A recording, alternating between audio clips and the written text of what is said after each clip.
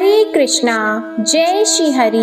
ओम नमः शिवाय। प्रिय भक्तजनों, आज बृहस्पतिवार के दिन आप बृहस्पति देव की बड़ी ही दुर्लभ कथा सुनेंगे। इस कथा को सुनने से भक्तों की सभी मनोकामनाएं भगवान बृहस्पति देव की कृपा से पूर्ण हो जाती हैं। तो आइए बड़ी ही श्रद्धा और प्रसन्न चित्त मन से इस कथा को सुनते हैं। भारतवर्ष में एक प्रतापी और दानी राजा राज्य करता था।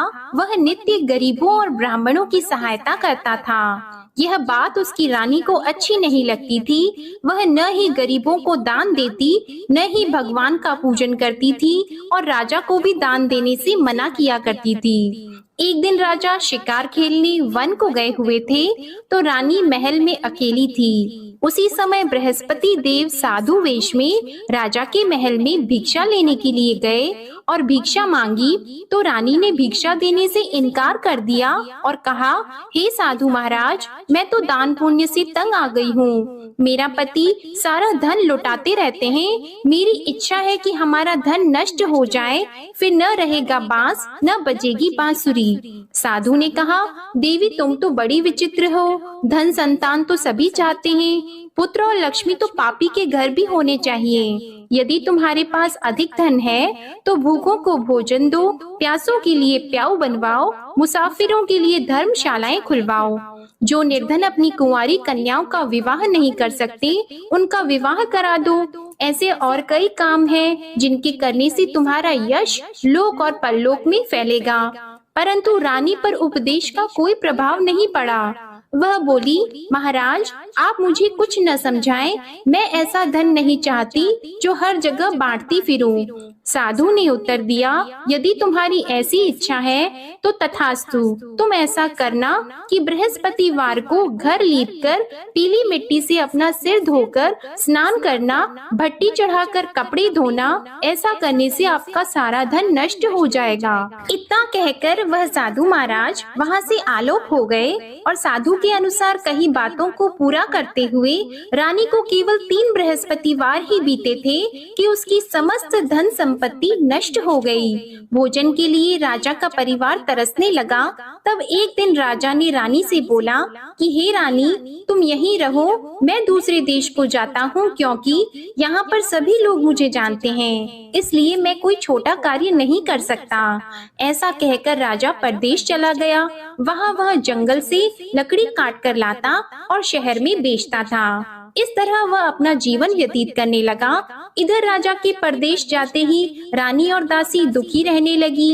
एक बार जब रानी और दासी को 7 दिन तक बिना भोजन के रहना पड़ा, तो रानी ने अपनी दासी से कहा, हे दासी, पास ही के नगर में मेरी बहन रहती है, वह बड़ी धनवान है। तू उसके पास जा और कुछ लेकर आ, ताकि थोड़ा बहुत गुजार बसर हो सके। रानी दासी की बहन के पास गई। उस दिन गुरुवार था और रानी की बहन उस समय बृहस्पतिवार व्रत की कथा सुन रही थी। दासी ने रानी की बहन को अपनी रानी का संदेश दिया, लेकिन रानी की बड़ी बहन ने कोई उत्तर नहीं दिया। जब दासी को रानी की बहन से कोई उत्तर नहीं मिला, तो वह बहुत दुखी हुई और उसे क्रोध भी आया। दासी ने वापस आकर रानी को सारी बात बता दी। सुनकर रानी ने अपने भाग्य को कोसा। उधर रानी की बहन ने सोचा कि मेरी बहन की दासी आई थी, परंतु मैं उससे नहीं बोली, इससे वह बहुत दुखी हुई होगी। कथा सुनकर और पूजन समाप्त करके वह अपनी बहन के घर आई और कहने लगी, हे बहन, मैं बृहस्पतिवार का व्रत कर रही थी, तुम्हारी दासी मेरे घर आई थी, परंतु जब तक कथा होती है तब तक न तो उठते हैं और न ही बोलते हैं, इसलिए मैं नहीं बोली। कहो दासी क्यों गई थी? रानी बोली, बहन तुमसे क्या छिपाऊं, हमारे घर में खाने तक को अनाज नहीं था। ऐसा कहते कहते रानी की आंखें भर आई। उसने दासी समेत पिछले 7 दिनों से भूखे रहने तक की बात अपनी बहन को विस्तार पूर्वक सुना दी। रानी की बहन बोली, देखो बहन, भगवान बृहस्पति सबकी मनोकामना को पूर्ण करते हैं। देखो शायद तुम्हारे घर में अनाज रखा हो। पहले तो रानी को विश्वास नहीं हुआ, पर बहन के आग्रह करने पर उसने अपनी दासी को अंदर भेजा तो उसे सचमुच अनाज से भरा एक घड़ा मिल गया। यह देखकर दासी को बड़ी हैरानी हुई। दासी रानी से कहने लगी, हे रानी, जब हमको भोजन नहीं मिलता तो हम व्रत ही तो करते हैं, इसलिए क्यों न इनसे व्रत और कथा की विधि पूछ ली जाए ताकि हम भी व्रत कर सकें। तब रानी ने अपनी बहन से बृहस्पतिवार व्रत के बारे में पूछा।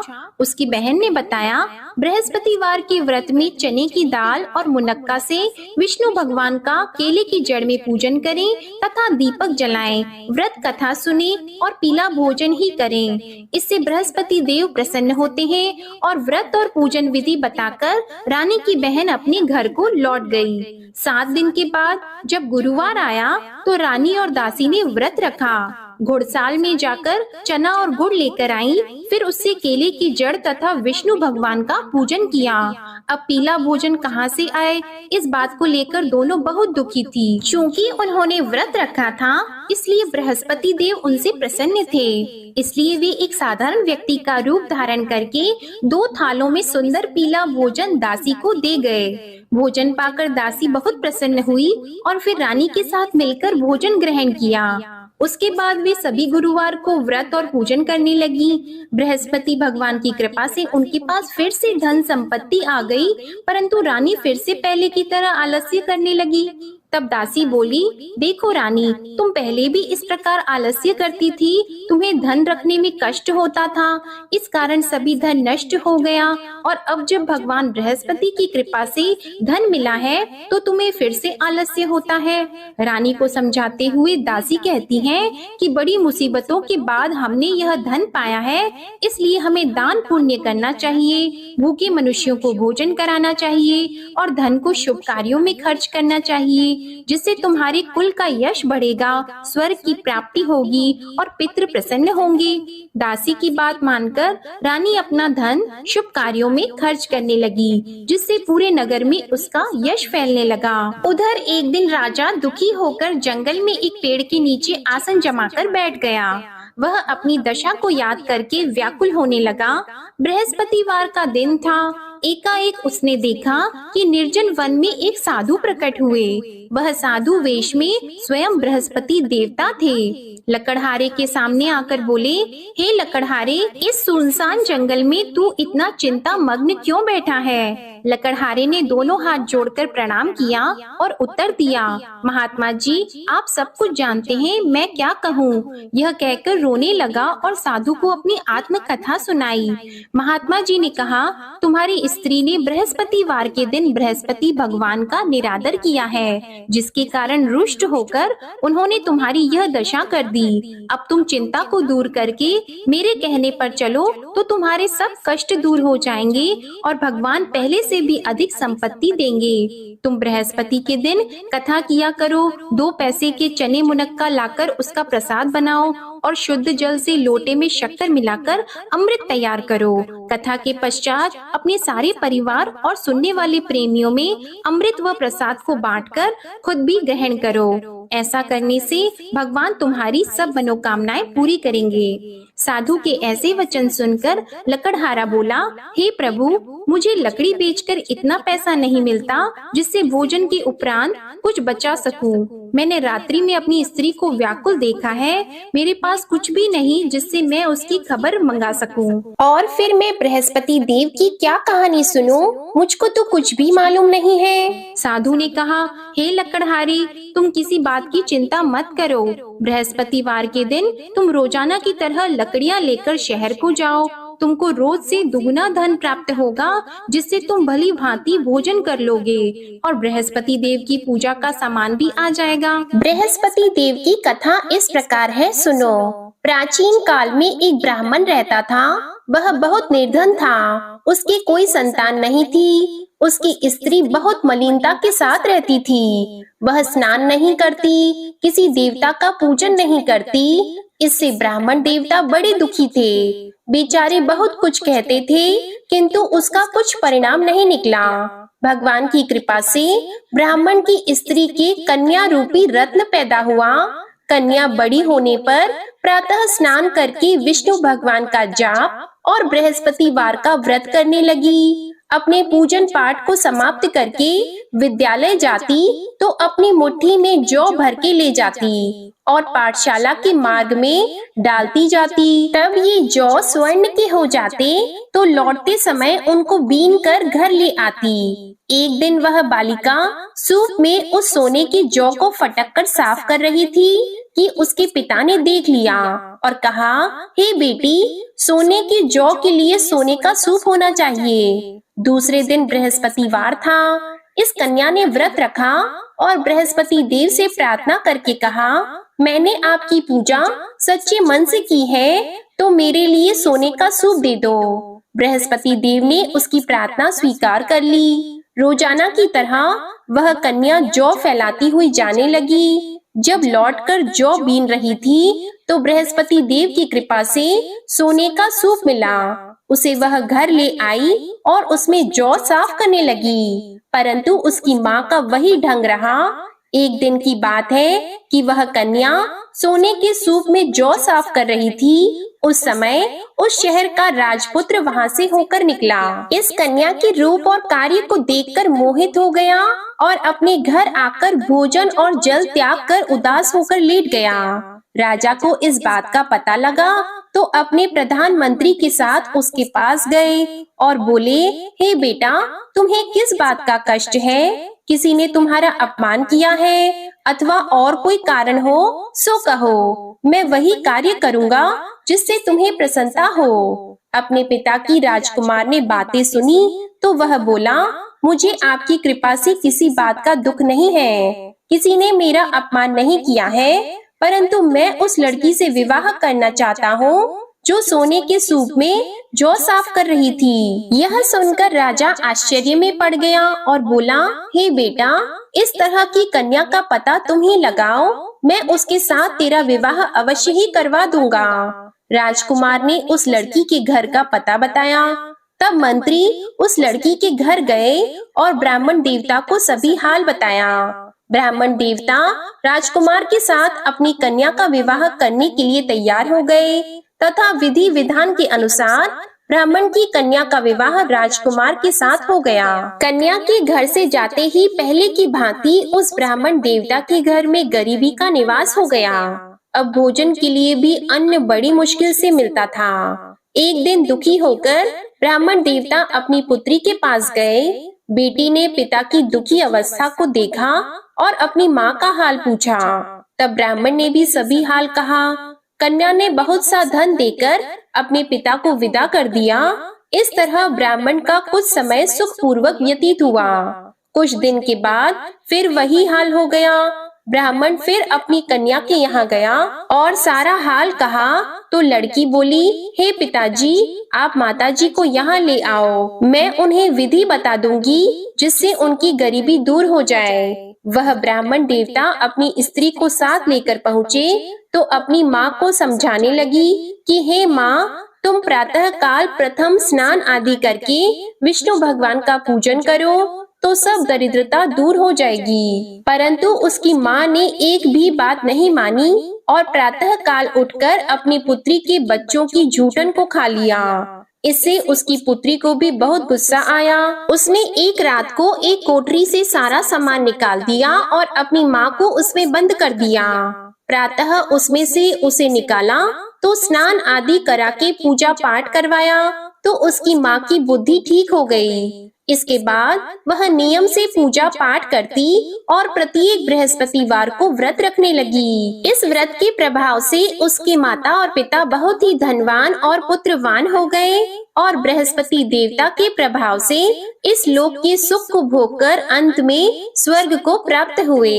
इस तरह कहानी कहकर साधु देवता वहाँ से अंतर्ध्यान हो गए। धीरे धीरे समय व्यतीत होने पर फिर वही बृहस्पतिवार का दिन आया। लकड़हारा जंगल से लकड़ी काटकर किसी शहर में बेचने गया। उसे उस दिन और दिन से अधिक पैसा मिला। राजा ने चना गुड़ आदि लाकर गुरुवार का व्रत किया। उस दिन से उसके सभी क्लेश दूर हो गए। परंतु जब दोबारा गुरुवार का दिन आया तो बृहस्पतिवार का व्रत करना भूल गया। इस कारण बृहस्पति भगवान नाराज हो गए। उस दिन उस नगर के राजा ने विशाल यज्ञ का आयोजन किया था तथा शहर में ये घोषणा करा दी कि कोई भी मनुष्य अपने घर में भोजन न बनवाए, न आग जलाए। समस्त जनता मेरे यहाँ भोजन करने आए। इस आज्ञा को जो न मानेगा उसे फांसी की सजा दी जाएगी। इस तरह की घोषणा संपूर्ण नगर में करवा दी गई। राजा की आज्ञा के अनुसार शहर के सभी लोग भोजन करने गए, लेकिन लकड़हारा कुछ देर से पहुंचा, इसलिए राजा उसको अपने साथ घर लेके गए और ले जाकर भोजन करा रहे थे तो रानी की दृष्टि उस खूंटी पर पड़ी जिस पर उसका हार लटका हुआ था। वह वहाँ पर दिखाई नहीं दिया। रानी ने निश्चय किया कि मेरा हार इस मनुष्य ने चुरा लिया है। उसी समय सिपाहियों को बुलाकर उसको कारागार में डलवा दिया। जब लकड़हारा कारागार में पड़ गया और बहुत दुखी होकर विचार करने लगा कि न जाने कौन से पूर्व जन्म के कर्म से मुझे यह दुख प्राप्त हुआ है, और उसी साधु को याद करने लगा जो कि जंगल में मिला था।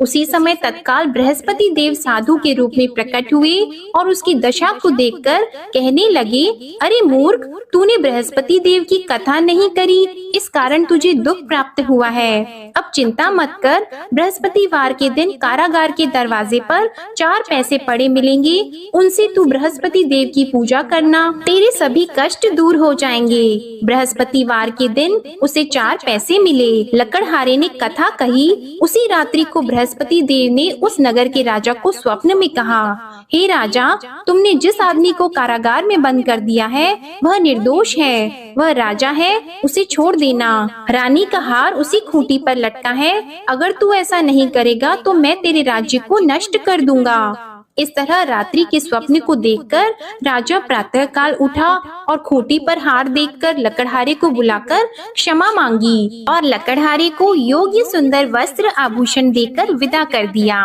बृहस्पति देव की आज्ञा के अनुसार लकड़हारा अपने नगर को चल दिया। राजा जब अपने नगर के निकट पहुंचा तो उसे बड़ा आश्चर्य हुआ। नगर में पहले से अधिक बाग, तालाब, कुएं तथा बहुत सी धर्मशाला, मंदिर आदि बन गई हैं। राजा ने पूछा, यह किसका बाग और धर्मशाला है? तब नगर के सब लोग कहने लगे, यह सब रानी और बंदी के हैं। तो राजा को आश्चर्य हुआ और गुस्सा भी आया। जब रानी ने यह खबर सुनी कि राजा आ रहे हैं तो उन्होंने दासी से कहा, हे दासी, देख राजा हमको कितनी बुरी हालत में छोड़ गए थे, हमारी ऐसी हालत देखकर वह लौट न जाएं, इसलिए तू दरवाजे पर खड़ी हो जा। आज्ञा के अनुसार दासी दरवाजे पर खड़ी हो गई। राजा आए तो उन्हें अपने साथ लेकर आई। तब राजा ने क्रोध करके अपनी रानी से पूछा कि यह धन तुम्हें कैसे प्राप्त हुआ है? तब उन्होंने कहा, हमें यह सब धन बृहस्पति देव के इस व्रत के प्रभाव से प्राप्त हुआ है। राजा ने निश्चय किया कि 7 रोज बाद तो सभी बृहस्पति देव का पूजन करते हैं, परंतु मैं प्रतिदिन दिन में 3 बार कहानी और रोज व्रत किया करूंगा।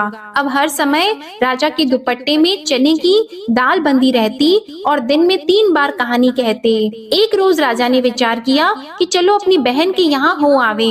इस तरह निश्चय करके राजा घोड़े पर सवार होकर अपनी बहन के यहाँ को चलने लगा। मार्ग में उसने देखा कि कुछ आदमी एक मुर्दे को लिए जा रहे हैं। उन्हें रोककर राजा कहने लगा, अरे भाइयों, मेरी बृहस्पति देव की कथा सुन लो।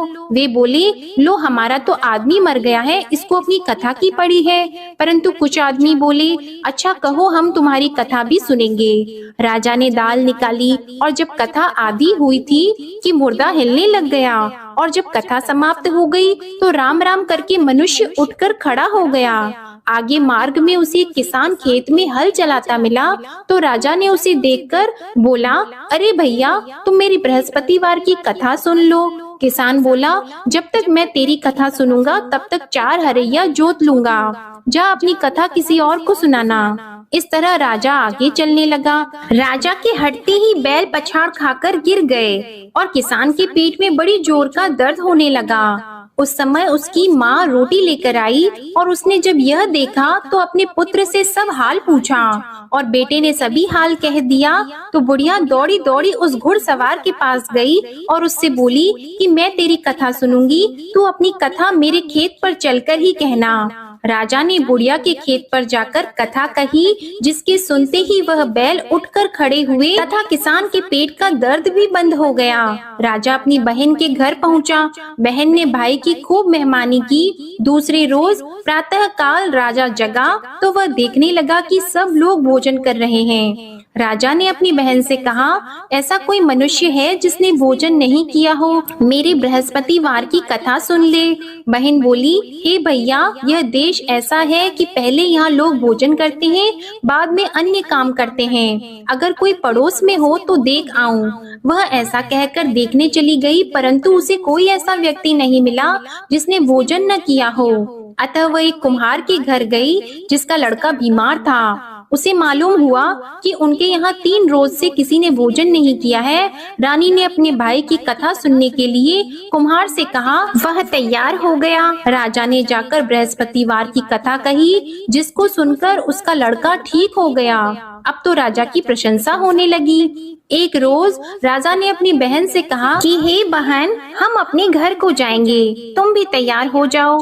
राजा की बहन ने अपनी सास से कहा तो सास ने कहा, हाँ चली जा, परंतु अपने लड़कों को मत ले जाना, क्योंकि तेरे भाई की कोई औलाद नहीं है। बहन ने अपने भैया से कहा, हे भैया, मैं तो चलूंगी पर कोई बालक नहीं चलेगा।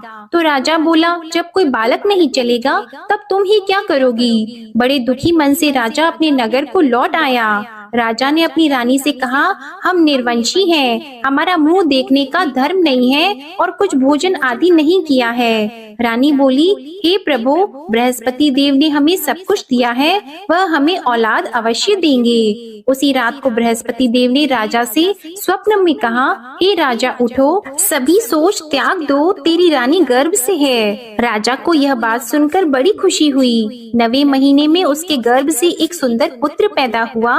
तब राजा बोला, हे रानी, स्त्री बिना भोजन के रह सकती है, पर बिना कहे नहीं रह सकती। जब मेरी बहन आएगी तुम उससे कुछ मत कहना। रानी ने सुनकर हाँ कर दिया। जब राजा की बहन ने यह शुभ समाचार सुना तो वह बहुत खुश हुई और बधाई लेकर अपने भाई के यहाँ आई। तभी रानी ने कहा, घोड़ा चढ़कर तो नहीं आई है, गधा चढ़कर आई है।